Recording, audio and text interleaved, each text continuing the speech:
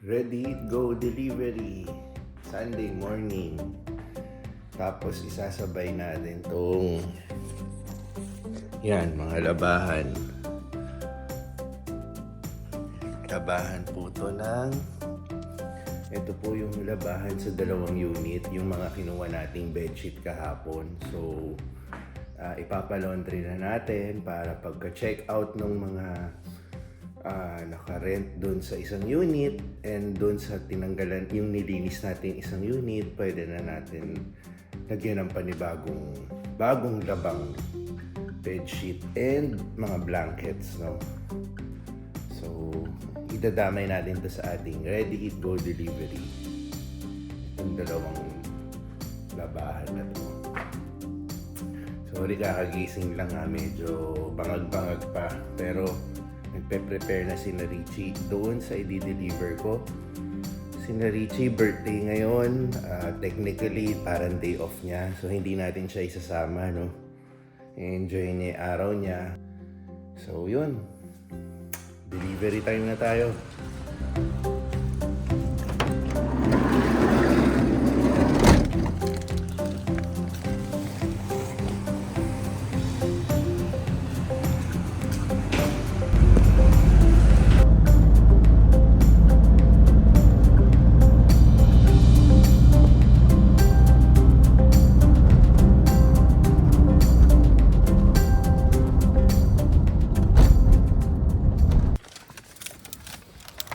Okay, first customer.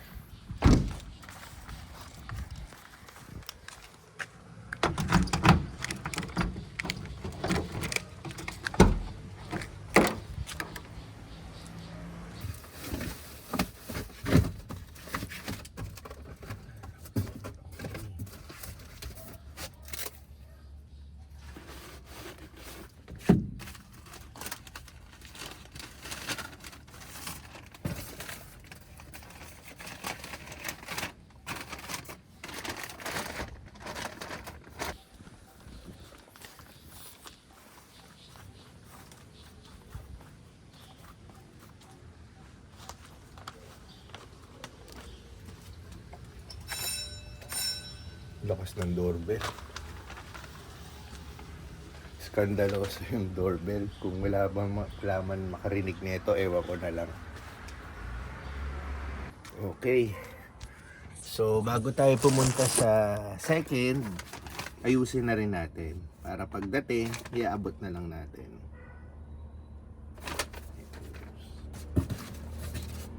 Marami-raming order, oh.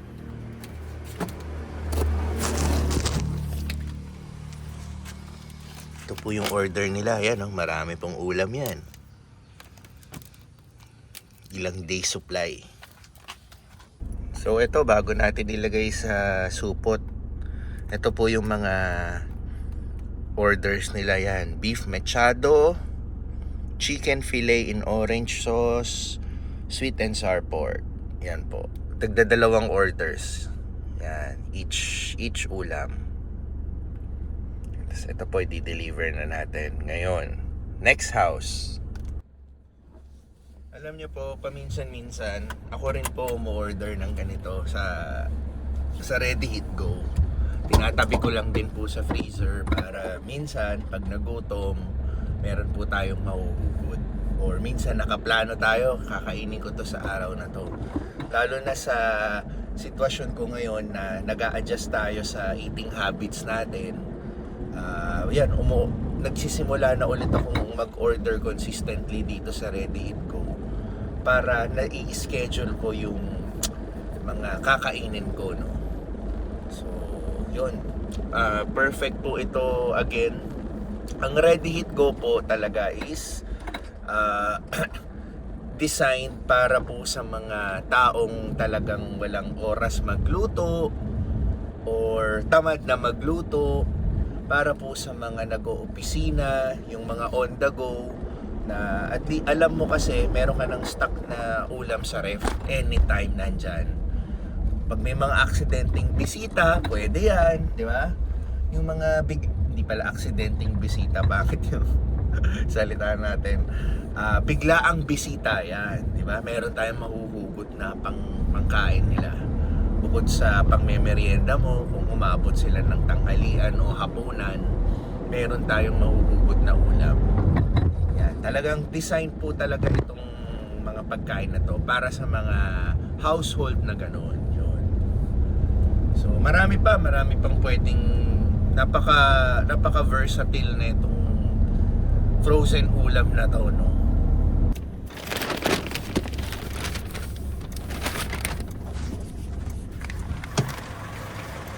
Okay.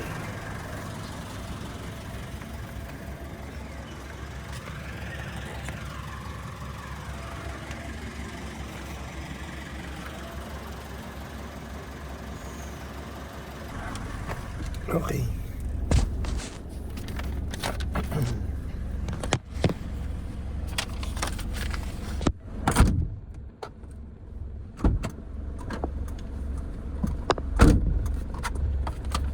So yun, so, pagpapatuloy ng ating chikahan.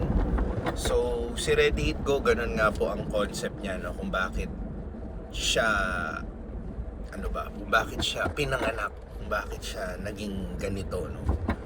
So nag-start po kami niyan bago mag-pandemic, year 2018 to be exact. Yung time po na yon, nagninegosyo pa ako ng water station. Sabay po yan. So naisip po ni Mrs. at ni Chef Ed yung concept na yan para po sa mga, again, yung sinabi ko, no, para sa mga busy persons. Yan. So luckily, yung nagkaroon ng pandemic, luckily for us, no, hindi yung lucky tayo na nagkaroon ng pandemic, baka ma-misquote nyo ako.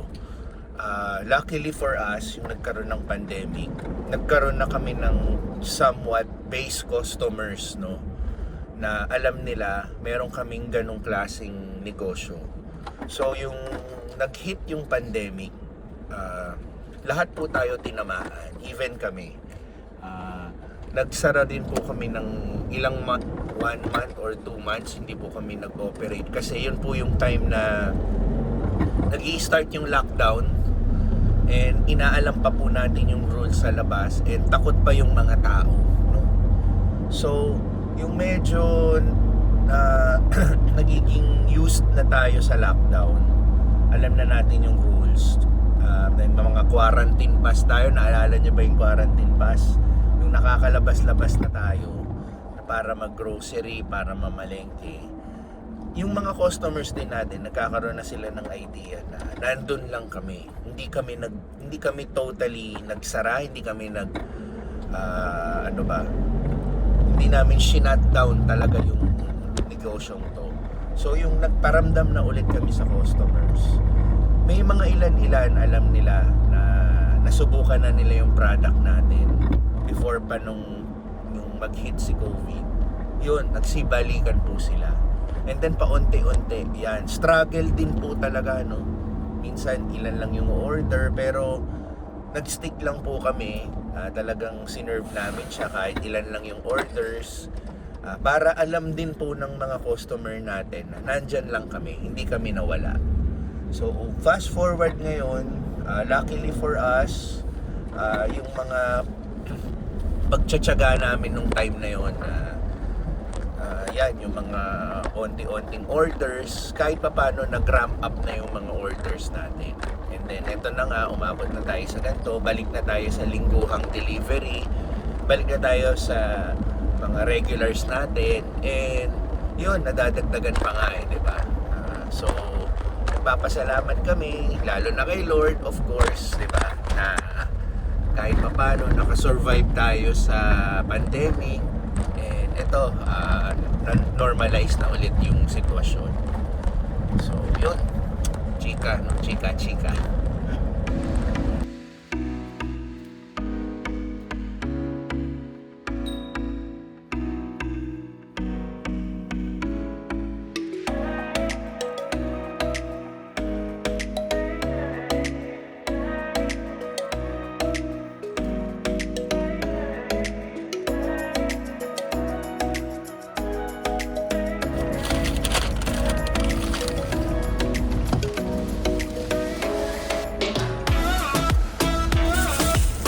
Okay, tapos na tayo mag-deliver and bumili tayo ng ating tanghalian. I-juice natin to.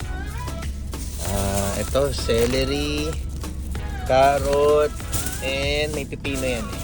Nakatago lang. Ayan, pipino. So, okay na tayo sa ready, eat, go. Mission accomplished.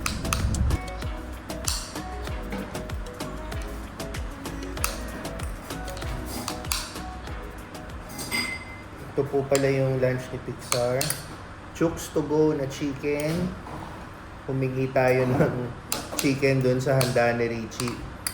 Kumakain na yata sila ngayon, no? So, in-orderan natin sila ng lechon manok. Tapos soft drinks. Tapos, di ko lang alam sa dessert no kay Tins.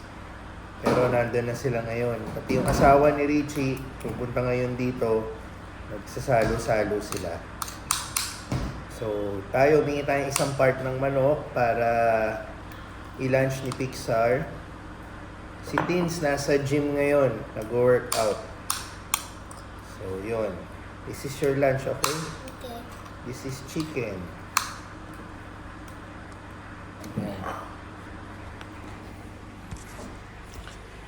Yan, ang kanyang manok. Hindi talaga to mahilig magkanin, no? Kung magkakanin yan, napakaunti lang. More on ano yan eh, yung ulam lang, papapak ng ulam. So, masaya na yan dyan. Tapos tayo, yung binili natin kanina, no? Yung nag-deliver tayo sa Ready, Eat, Go. Mag-juice tayo ng gulay. Ito. Yan. Carrots at celery.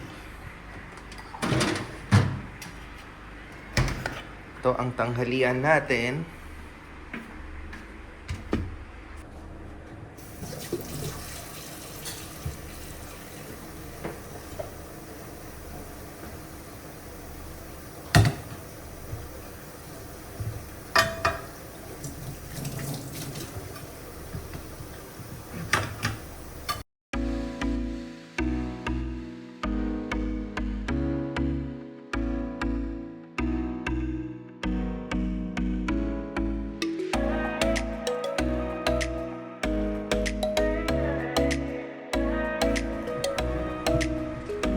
Okay.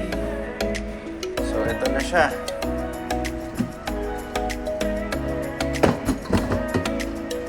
Juicy na. Ito natin.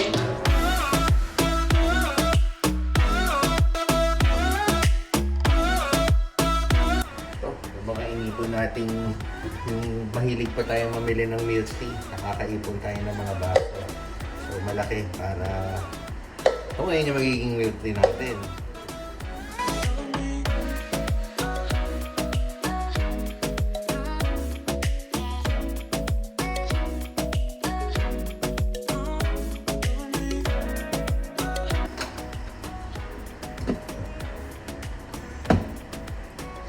Okay. Ayan.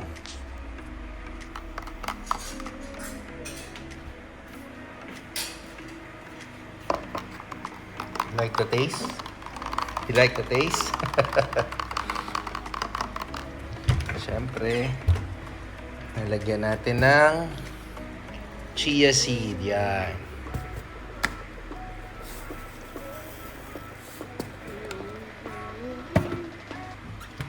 Tapos mix.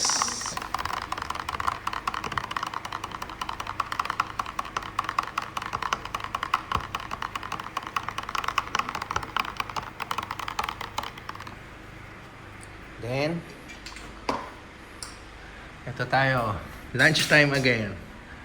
Cheers!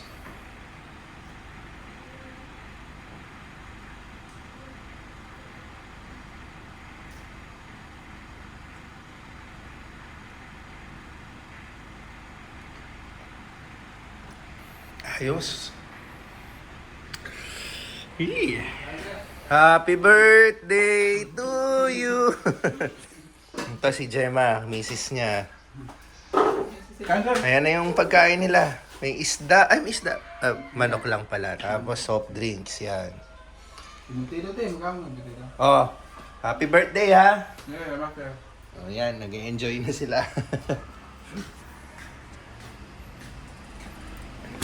Ganyan lang yan. Masaya na sila sa ganyang celebration. Kasi tinanong namin kung gusto kumain sa labas. Ganyan na lang daw. Simple lang yan si Richie eh. Yan na yung mga hinihiling. So yun, nag-enjoy sila. Kasi ito, nakapag-share pa siya ng chicken kay Pixar. So technically, day off talaga ni Richie ngayon. Pero yung day off na hindi sila aalis. As in dito lang sa bahay, hindi magtatrabaho, magre-relax lang. Kaya binigyan na natin ng pang-celebrate nila. At before, ilang days naman before itong birthday, binigyan na natin siya ng regalo. So, masaya naman yan. So, okay.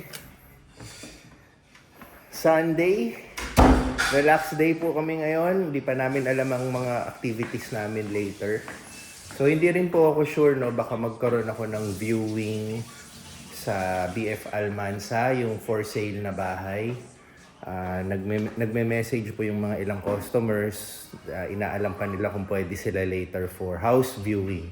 So, available naman tayo mamaya. Pwede naman natin silang i-accommodate. So, yun.